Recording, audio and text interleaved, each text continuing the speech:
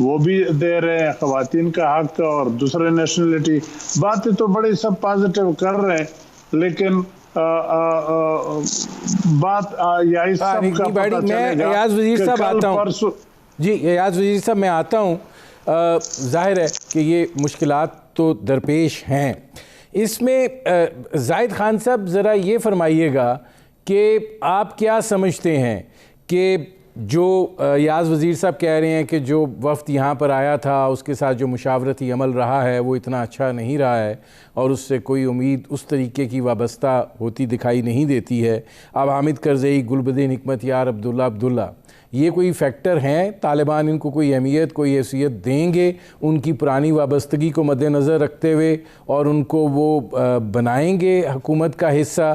ایسی صورتحال میں کہ آپ یہ سمجھتے ہیں کہ حامد کرزئی کی اتنی پولیٹیکل سٹینڈنگ ہے، عبداللہ کی اتنی پولیٹیکل سٹینڈنگ ہے، گلبدین حکمت یار کی اتنی فالوئنگ رہ گئی ہے کہ وہ ایک طاقتور عنصر کے طور پر طالبان کے ساتھ بات کر سکیں کہ حکومت میں ان کو شامل کیا جائے؟ دیکھیے ندیم حسین صاحب، سب سے بڑی بات یہی ہے کہ حکومت بنانا اور چیز ہے، نظام چلانا یا نظام بنانا یا نظام وہاں کے عوام کی پسند کا لے کے آنا وہ ایک الگ چیز ہے. آیا یہ آپ سوال ضرور کریں کہ تاکہ جو بھی ہے گلبدین ہے یا حامد کرزئی ہے، عبداللہ ہے، آیا ان کو یہ اسی جو نظام لے کے آ رہے ہیں کیا اس نظام کی میں ڈسکشن اس کے ساتھ کریں گے؟ حکومت عہدہ وزیر بن گیا یا نہیں بنا اس سے کوئی فرق تو نہیں پڑتا ہے. اور وزیر صاحب نے عجیب سی بات کی، انہوں نے کہا کہ جی ہندوستان میں بھی، انگلینڈ میں بھی، ادھر تو ایک ڈیموکریسی ہے، وہاں تو عوام کی رائے کے اوپر حکومت ہے. ہمارے یہاں پہ بھی جو حکومت ہے ہم اس کو سلیکٹ کہتے ہیں، پھر بھی عوام کی کوئی رائے تو لی گئی ہے، کوئی ووٹ تو آیا ہے، کوئی پارلیمنٹ تو ہے. اب وہاں پہ تو یہ چیزیں نہیں ہیں. یہ چیزیں اگر ہوگی اس کے بعد کی پتہ چلے گا کہ کیا ہے. دوسرے آپ نے ناردرن الائنس کی بات کی اور جو منارٹیز ہے، اب یہ بات ہے کہ پختون وہاں پہ میجارٹی میں ہے، اس میں کوئی شک نہیں ہے، اور سارے جو جتنے بھی طالبان ہیں وہ ہے سارے پختون. اب وہ جو ان کے مطالبات ہے کیا وہ مطالبات یہ لوگ مانیں گے؟ اور اگر مانیں گے تو کیا مشاورت سے ساری چیزیں ہوں گی، یا ایک ایسا کہ جس طریقے 94 میں دیکھیں 94 میں بھی حکومت بنا تھا اور وہ ہم نے بنوایا تھا، اور ابھی بھی ہمارے بھی یہی کوشش ہے. ٹھیک ہے، تو اگر ہم مداخلت کریں، مجھے زاہد خان صاحب ایک بریک لینا پڑ رہا ہے. ناظرین ہماری گفتگو جاری ہے، ایک مختصر سے کمرشل بریک کا وقت ہوا ہے، ملتے ہیں اس وقفے کے بعد.